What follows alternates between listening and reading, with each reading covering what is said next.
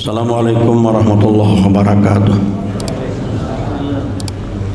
Innal hamdalillah nahmaduhu wa nasta'inuhu wa nastaghfiruh wa na'udzu billahi min shururi anfusina wa min sayyiati a'malina. May yahdihillahu fala mudilla lahu wa may yudlil fala hadiya lahu. Asyhadu an la ilaha illallah wahdahu la syarika lahu wa asyhadu anna Muhammadan abduhu wa rasuluh. Allahumma salli wa sallim wa barik ala Muhammad wa ala alihi wa ashabihi wa man tabi'ahum bi ihsanin ila yaumiddin. Qala ta'ala fi kitabihil karim, a'udzu billahi minasyaitonir rajim. Ya ayyuhalladzina amanu taqullaha haqqa tuqatih wa la tamutunna illa wa antum muslimun. Ya ayyuhan nasu rabbul ladzi khalaqakum min nafsin wahidah wa khalaqa minha zawjaha wa batha minhuma rijalan katsiran wa nisaa wattaqullaha alladzi tasaaluna bihi wal arham innallaha kana 'alaikum raqiba. Ya ayyuhalladzina amanu taqullaha wa qulu qawlan sadida yuslih lakum a'malakum wa yaghfir lakum junubakum wa may yuti'illah wa rasulahu faqad faza fawzan 'azima. Ma ba'd. Bapak-bapak, ibu-ibu, saudara-saudara jamaah salat subuh Masjid Al-Mujahidin rahimakumullah. Syukur alhamdulillah pagi ini, subuh ini Allah Subhanahu wa taala tetap menggerakkan hati kita untuk ringan datang ke masjid ini di saat-saat masih banyak mungkin orang-orang yang berada di zona nyaman, mungkin masih di pembaringan. Tapi Allah menggerakkan langkah kaki dan ayunan tangan kita untuk ringan datang ke masjid ini, terutama melaksanakan kewajiban kita salat subuh berjamaah, dilanjutkan dengan mengikuti pengajian rutin yang dilaksanakan oleh takmir masjid pada setiap subuh Rabu. Mudah-mudahanlah kegiatan-kegiatan seperti ini memang dapat menambah pemahaman, pengayaan pengetahuan agama kepada kita yang terkait dengan masalah-masalah kehidupan dan lebih-lebih yang terkait dengan masalah ibadah kita kepada Allah Subhanahu wa taala. Bapak-bapak, ibu-ibu jamaah rahimakumullah, hari ini hari Rabu. Kurang lebih 1 minggu 7 hari lagi kita berada di hari Rabu tanggal 14 Februari 2024. Pemilihan presiden, wakil presiden, dan pemilihan anggota legislatif. Memang ini agak ribet sedikit kalau kurang hati-hati karena bercampur. Pertama, pemilihan presiden dan wakil presiden itu mungkin agak mudah bagi kita. Yang kedua, pemilihan legislatif, DPR RI, DPR di tingkat 1, DPR di tingkat 2, dan DPD RI. Ini ada 4. Kalau orang kampung yang kada pati paham ini bisa sembarang cucuk aja lagi ini. Jangankan di kampung, bapak, di wadah kita di Banjar nih masih banyak yang belum paham lagi ini. Mudah-mudahan nanti di pemilihan presiden dan wakil presiden kita benar-benar dapat memilih pemimpin yang sesuai dengan aspirasi kita masing-masing, yang dapat membawa masyarakat dan umat ini kepada kemajuan. Muhammadiyah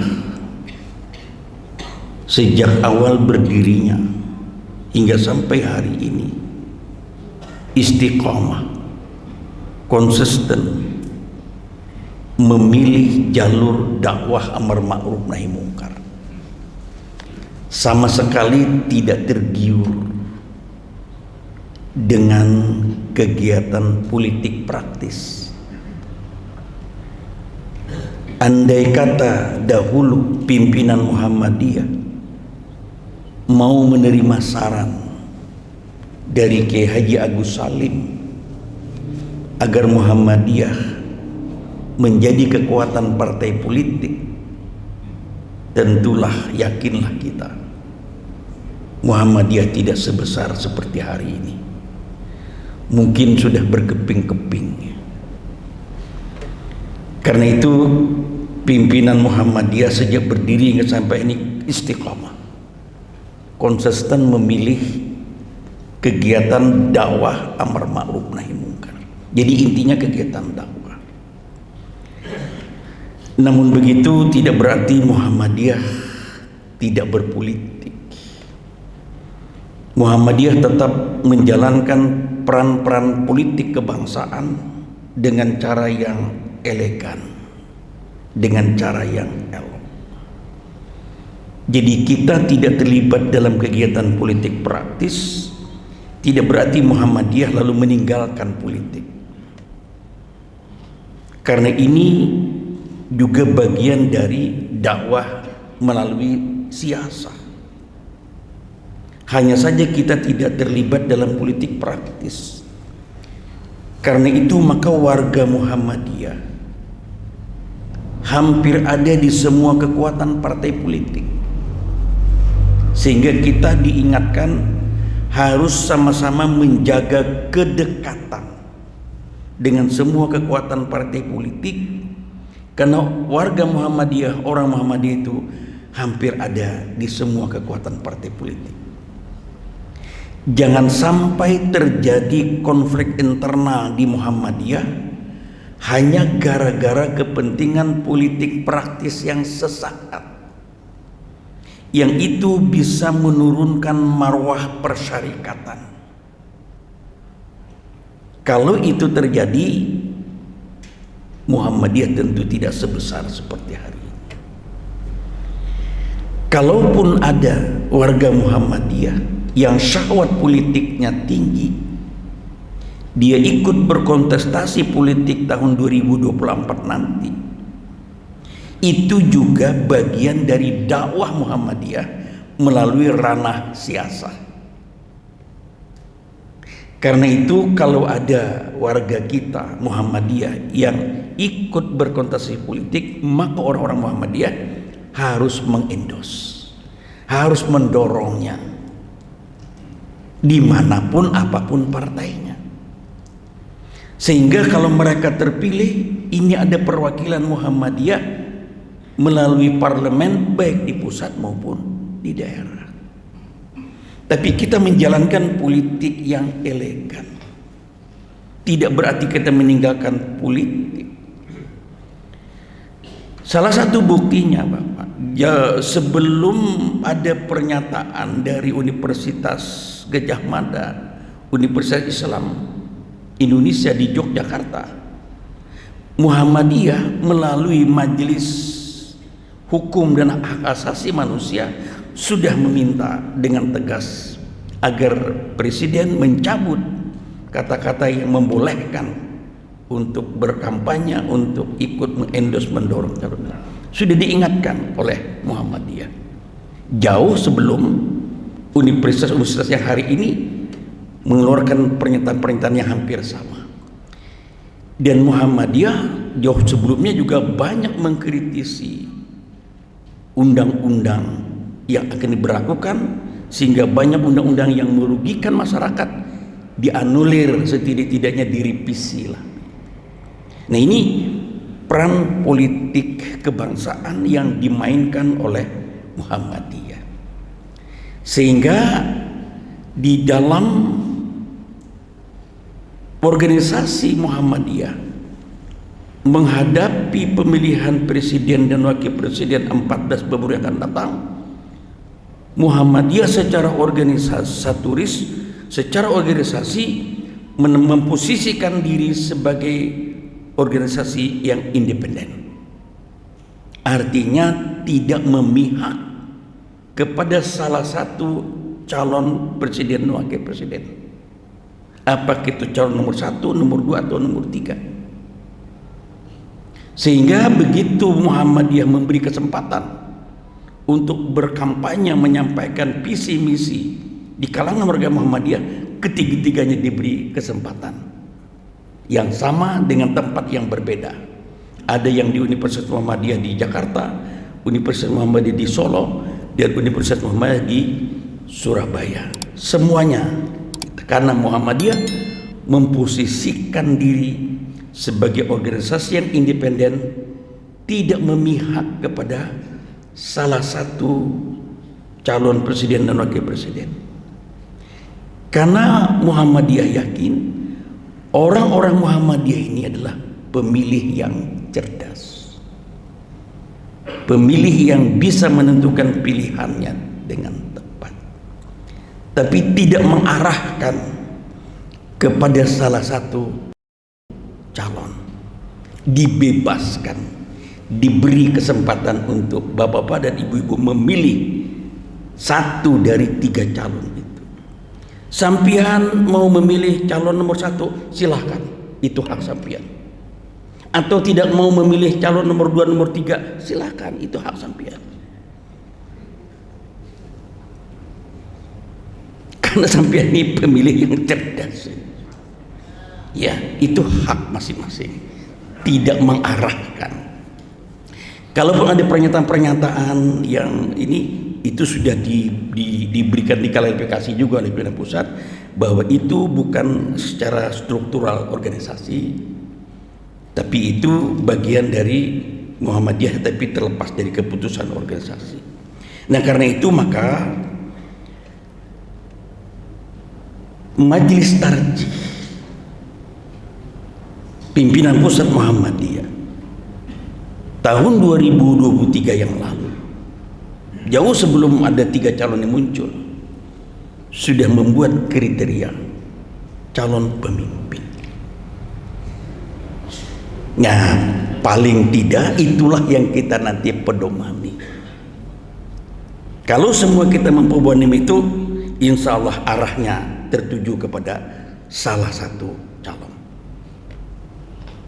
Ya tentu sebagai seorang Muslim, kalau kita berpegang pada Al-Quran, di dalam surah Al-Ma'idah jelas kita memilih orang yang beriman, kita memilih orang Islam. Tapi tidak saja Islam beriman saja, dan syukur dari 3 calon itu ketiganya orang Islam.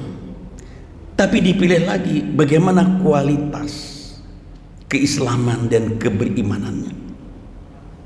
Beriman apakah ia melaksanakan ajaran agama dengan baik dan sempurna. Sama-sama beriman, lihat siapa yang paling taat kepada Allah Subhanahu wa taala. Sama aja dalam menentukan imam ini. Imam ini ada juga kriterianya. Pertama, orang yang siapa hafalannya yang banyak. Kemudian siapa yang bacaannya bagus, tajwidnya bagus ini. Ya, jadi bacaannya bagus, hafalannya bagus. Yang ketiga, siapa yang paling sunnah. Bacaannya sama-sama bagus, hafalannya sama-sama banyak, tapi siapa yang sunnah, yang menghilangkan muruah-muruahnya itu. Jangan misalnya habis jadi imam kena berdiri di muka masjid bersalawat handapan. Nah, ini walaupun ada kaitannya dengan imam, tapi ini muruah yang harus ditinggalkan. Kemudian ya sampai yang terakhir, siapa yang istrinya paling banyak. Nah, kalinya sama juga, sama umurnya sama, sampai siapa yang banyak bininya. Nah, ini seekor, ini 2, yang 2 diambil. Nah, sampai begitu ada kriteria.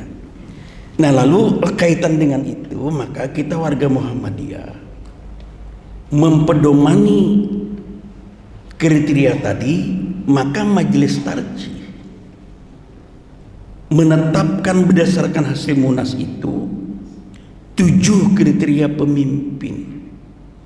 Pertama adalah orang yang memiliki integritas. Bahasa kebangsaannya integritas, tapi bahasa agamanya adalah siddiq. Integritas ini Bapak, berpadunya keyakinan, ucapan dan perbuatan dalam mempertahankan kebenaran, baik kebenaran itu bersumber dari Al-Quran maupun Sunnah, maupun kebenaran yang diatur oleh suatu negara atau undang-undang atau peraturan, dia kekeh di situ, dia integritasnya tidak terganggu, mempertahankan keyakinan dengan ucapan dan diimplementasikan dan perbuatannya terhadap kebenaran. Ini orang pemimpin yang berintegritas tinggi. Kalau misalnya atasan memerintahkan melakukan suatu perbuatan tapi bertentangan dengan aturan, karena takut kalau dipindah, karena takut kalau dicopot, lalu ikut perintah atasan, orang macam ini tidak berintegritas. Pelin-pelan, tahu aja sudah pada salah nih, cuman yang memerintahkan nih atasan, lalu mengorbankan keyakinan. Padahal itu bujur, padahal yang diperintahkan ini salah, dia tahu yang benar. Ini integritas. Makanya maka kejujuran kebenaran itu nilainya paling tinggi, Bapak. Hari ini pemimpin kita banyak yang tidak jujur. Nah, jadi kita cari orang yang memiliki integritas yang tinggi, berani menyatakan yang benar itu benar di hadapan siapa saja, kapan saja, dan di mana saja. Itu yang susah hari ini.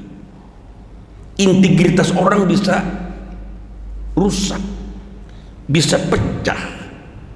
Hatinya meyakini kalau ini tidak benar, tapi takut kalau nanti dipindah, kalau nanti dicopot, akhirnya dia mengikuti yang salah, padahal ada keyakinan yang benar.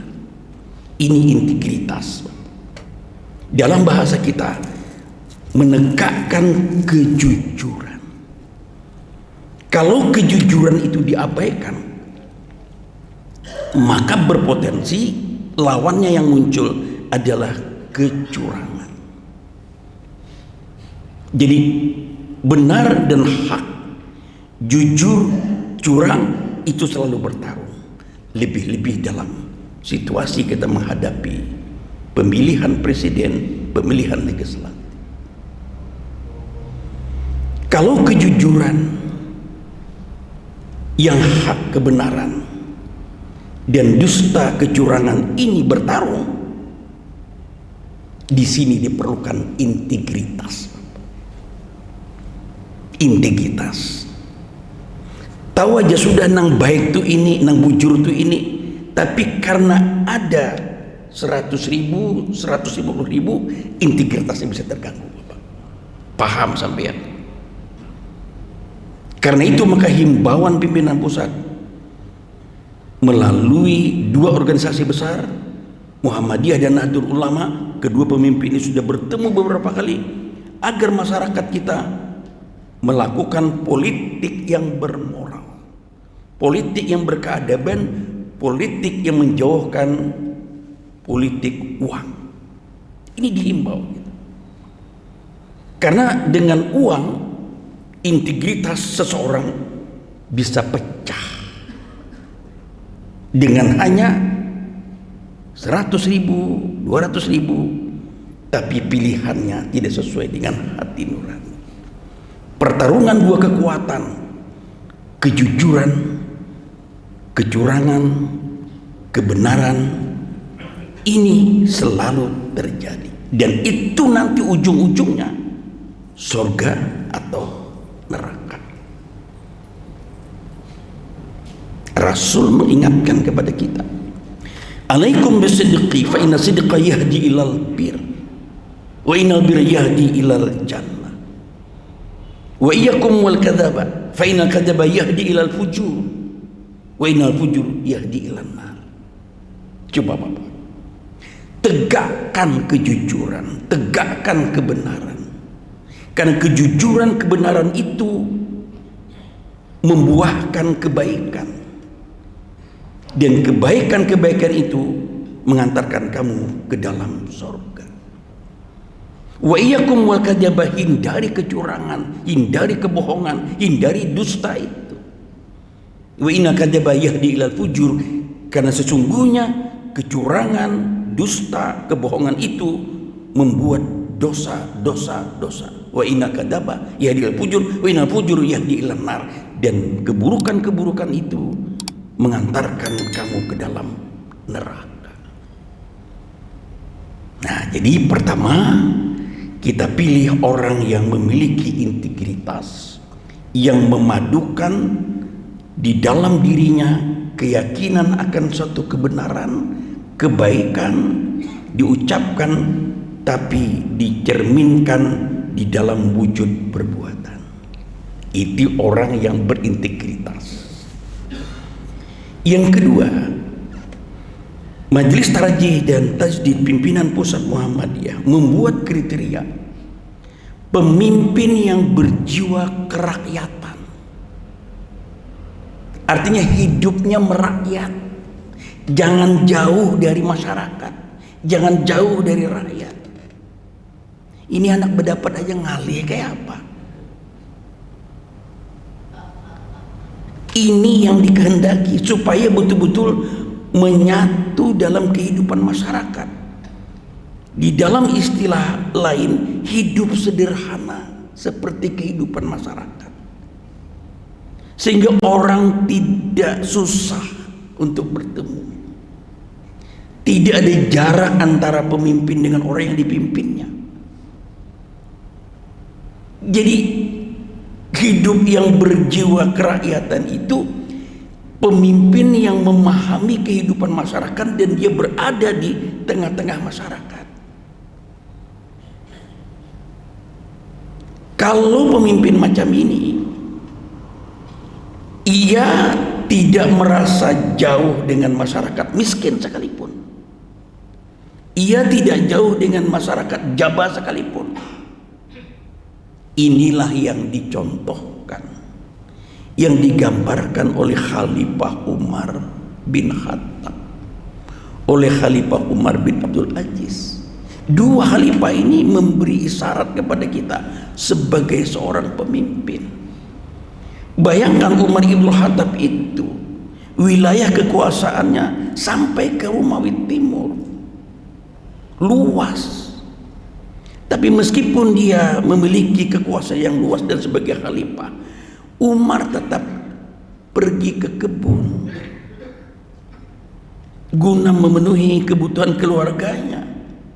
Dia hidup di tengah-tengah masyarakat, dan bahkan seleri atau gaji yang menjadi hak Umar sering diberikannya kepada masyarakat yang membutuhkan.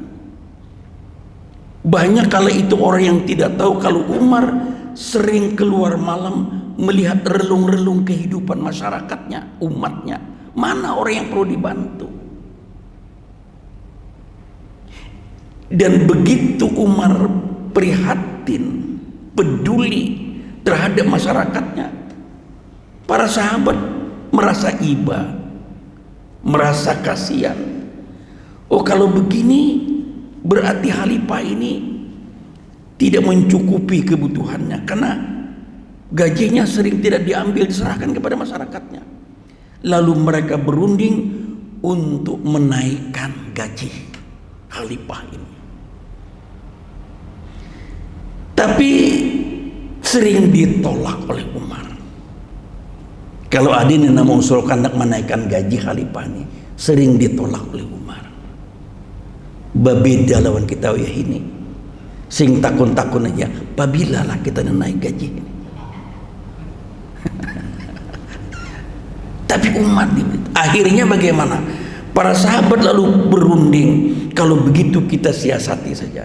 Kita minta kepada Hafsah, salah seorang anak Umar dan juga salah seorang istri Rasulullah, untuk menyampaikan usul kenaikan gaji ini kepada ayahandanya Umar, dengan harapan melalui media seorang anak Umar mau menerima kenaikan gaji. Tapi apa yang terjadi? Begitu Hafsah menyampaikan pesan para sahabat ini kepada Umar, nampak saat itu Umar menahan marahnya. Wahai Hafsah anakku, andai kata aku tahu orang-orang yang menyarankan seperti ini, pasti akan kutampar wajah-wajah mereka. Wahai Hafsah anakku, kata Umar, kau pernah lama hidup bersama Rasulullah, kau pernah lama bergaul bersama Rasulullah. Coba kau ceritakan kepadaku, pakaian apa yang paling baik yang biasa dipakai Rasulullah? Makanan apa yang paling lezat yang biasa kau sajikan pada Rasulullah? Kemudian apa alas tidur yang paling baik yang bisa kau pakai kalau kau tidur bersama Rasulullah? Hafsah menerangkan, wahai ayanda, pakaian yang paling baik dimiliki Rasulullah itu hanyalah sepasang baju berwarna merah yang beliau pakai kala menghadapi tamu dan di hari-hari Jumat. Makanan yang biasa saya sajikan kepada Rasulullah hanyalah sepotong roti yang terbikin dari gandum yang kasar, itu pun dilumuri dengan minyak zaitun. Alas tidur yang kami pakai hanyalah sehelai kain agak tebal. Kalau musim panas kain itu dilipat 4, kalau musim dingin kain itu dilipat 2. Separuh dijadikan selimut dan separuhnya lagi dijadikan alas tidur. Itulah kehidupan Rasulullah, wahai ayahanda.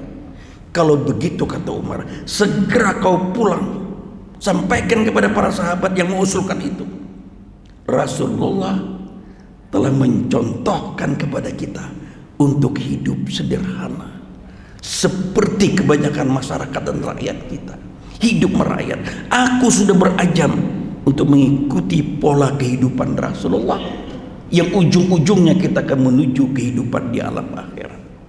Wahai anakku, ujar Umar, ketahuilah Rasulullah, Abu Bakar dan aku itu bagaikan 3 orang musafir yang sedang menempuh perjalanan panjang untuk satu tujuan akhirat.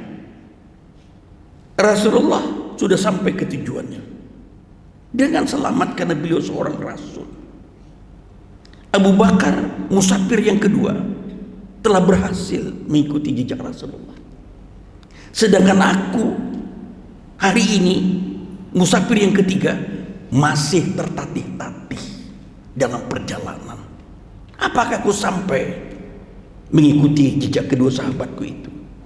Kalau aku berhasil, insya Allah aku akan berjumpa dengan mereka nanti di akhirat. Tapi kalau aku gagal, selama-lamanya aku tidak akan berjumpa dengan 2 orang sahabatku itu. Karena itu aku berazam dalam memimpin menjadi khalifah, aku berjiwa kerakyatan, aku hidup sederhana. Ini kriteria yang ngalih dicari hari ini. Sudah jadi pejabat, ngalih didapati. Hiyamun lagi hendak kusuk-kusuk datang ke masjid apa segala ini. Terbukti hari ini janji.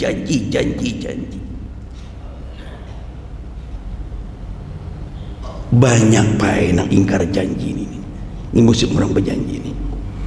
Kadang sudah tak kisah pae 2-3 kali banyak nang karpet ini digulung orang pulang bahasa. Paham lah pian? Ini yang memberi karpet dalam masjid. Begitu pemilihan di lingkungan masjid ini kalah sidin, digulung pulang karpet. Di Kalua dulu pae pernah terjadi. Masjid ini kada belampu dulu, ada yang memberi genset, wah tarang masjid sabingguan. Pas begitu pemilihan kalah sidin, di bawah sidin bulik genset itu, kada pulang masjidnya baik. Nah ini realita. Nah karena itu maka pemimpin yang hidup merakyat kadang ngalih didapati. Lalu yang ketiga, pemimpin yang amanah. Wah ini berat. Amanah ini. Kata amanah itu seakar maknanya dengan kata iman. Artinya orang yang dapat dipercaya. Orang yang amanah pastilah orang yang dapat dipercaya. Dan orang yang dapat dipercaya itu terkait dengan iman. Makin kuat iman seseorang, makin kuat pula ia memegang teguh amanah. Tapi bila lemah iman seseorang, lemah pula ia memegang teguh amanah. Karena itu maka orang yang beriman harus memilih calon pemimpin yang memiliki iman yang kuat, integritasnya yang tinggi. Rasul sudah mengingatkan, la imana liman atam amanatalahu wala dina liman ahdalahu. Tidak beriman seseorang yang tidak amanah. Ya, bayangkan. Dan tidak sempurna agama seseorang yang tidak memenuhi janji. Jadi dua hal ini, janji dan amanah, kalau ini diabaikan oleh pemimpin, ini sudah menjadi dua ciri orang munafik dari tiga ciri orang munafik. Orang munafik itu kan cirinya ada tiga. Ayatul munafik salah satu. Tanda-tanda orang munafik itu tiga. Yang pertama, wa idza hadatsa kadzaba. Bila bepandir banyak pandustanya. Pangarampot ujar kita. Bila ia berjanji ingkar. Bila ia diberi amanah ia hianat. Nah, amanah ini yang sering diabaikan oleh pemimpin-pemimpin kita. Maka ke depan harus mencari orang yang amanah. Karena kalau ia beriman, dia amanah, ia yakin bahwa amanah itu nanti tidak saja dipertanggungjawabkan kepada sesama manusia yang orang bisa saja mengelabui, tapi yang paling berat amanah itu pertanggungjawaban nanti di hadapan Allah. Kalau ia beriman, tentu ia hati-hati di dalam memegang teguh amanah. Berat apa amanah ini? Saking beratnya amanah, banyak makhluk-makhluk Allah yang kuat dan besar sekalipun enggan menerima amanah. Padahal itu sudah ditawari oleh Allah seperti langit, bumi, gunung-gunung, lautan. Ditawari untuk memegang teguh amanah, tapi menolak. Kenapa dia tolak? Takut mengkhianati akan amanah. Seperti yang dijelaskan di dalam surah Al-Ahzab ayat 72. Bagaimana firman Allah? Inna aradna amanata 'alas samawati wal ardi wal jibal fa baina yahmilnaha wa ashfaqna minha wa amal al-insan innahu kana zaluman jahula. Sesungguhnya kata Allah, kami telah menawarkan amanah kepada langit, kami tawarkan amanah kepada bumi, kepada gunung-gunung, namun semua itu menolak amanah karena takut akan mengkhianati amanah itu. Lalu diterimalah amanah itu oleh manusia. Innahu kana zaluman jahula. Sesungguhnya manusia itu amat jalim lagi amat bodoh. Ini bapak amanah. Nah, sekarang orang banyak melanggar amanah. Jadi kalau kita melihat konteksnya hari ini bapak, hari ini orang menawarkan amanah, berebut amanah, dan bahkan sikut kanan sikut kiri. Baliho, foto-foto bertebaran sudah di pinggir jalan. Orang menawarkan amanah, meminta agar diberi amanah. Padahal baik amanah jabatan kedudukan di pemerintahan atau di legislatif, akhir-akhir ini juga sering disalahgunakan. Penyalahgunaan kedudukan dan jabatan yang diberikan itu berarti melanggar amanah. Ini yang diperebutkan orang hari ini. Melanggar amanah berarti nanti pertanggungjawabannya di hadapan Allah. Ini bentuk-bentuk amanah yang dikejar-kejar orang, dicari-cari orang, dan bahkan diperebutkan orang. Tapi bolehlah itu, tapi cari orang yang betul-betul mau memegang amanah. Kalau karena jabatannya ia menerima hadiah, hakikatnya ia melanggar amanah. Karena jabatannya lalu ia menerima komisi, ia melanggar amanah. Bayangkan bapak, hadis Rasul 14-15 abad yang lalu Rasul menyatakan, konteksnya dengan hari ini juga sangat masih relevan. Apa ujar Rasul? Man istakmalahu ala amalin faraja'nahu rizqa fama ahada ba'da dalika fahuwa gulul. Gulul itu korupsi. Apa ujar Rasul? Man istakmalahu ala amalin, barang siapa yang kami angkat menjadi karyawan untuk mengerjakan suatu tugas, lalu kami beri upah semestinya untuk itu, maka sesuatu yang diambilnya setelah itu, itulah yang namanya korupsi. Itu yang namanya gulul. Bayangkan Bapak, kalau hadis ini kita pasang kerangkanya preminya hari ini, banyak yang gulul Bapak. Dan buktinya hampir setiap hari kita melihat OTT, operasi tangkap tangan. Itu nang tertangkap tangan, tertangkap basah, belum nang tertangkap karing lagi. Makin banyak lagi Pak tentang karing-karingnya. Nah, jadi ini orang menanggung beban amanah. Hanya 3 Pak, maka kita tanggal 14 ini harus bujur-bujur memegang teguh ini kriteria ini. Sampian silahkan aja mau milih apa, tapi anjuran pegang teguh di dalam memilih ini dengan prinsip. Pertama, orang yang beriman saja tidak cukup, tapi orang yang melaksanakan ajaran Al-Quran Sunnah sekurang. Mana di antara calon itu? Siddiq, integritasnya tinggi, berjiwa kerakyatan, dan mau memegang teguh amanah. Itulah putusan yang ditawarkan, dimintakan kepada kita warga Muhammadiyah. Kalau sampean mau memilih silahkan, milih siapa saja silahkan. Seperti yang belum contohkan tadi, tidak ingin memilih calon nomor 2 atau nomor 3, hak sampean. Atau pian kepingin memilih calon nomor 1, hak sampean, silahkan.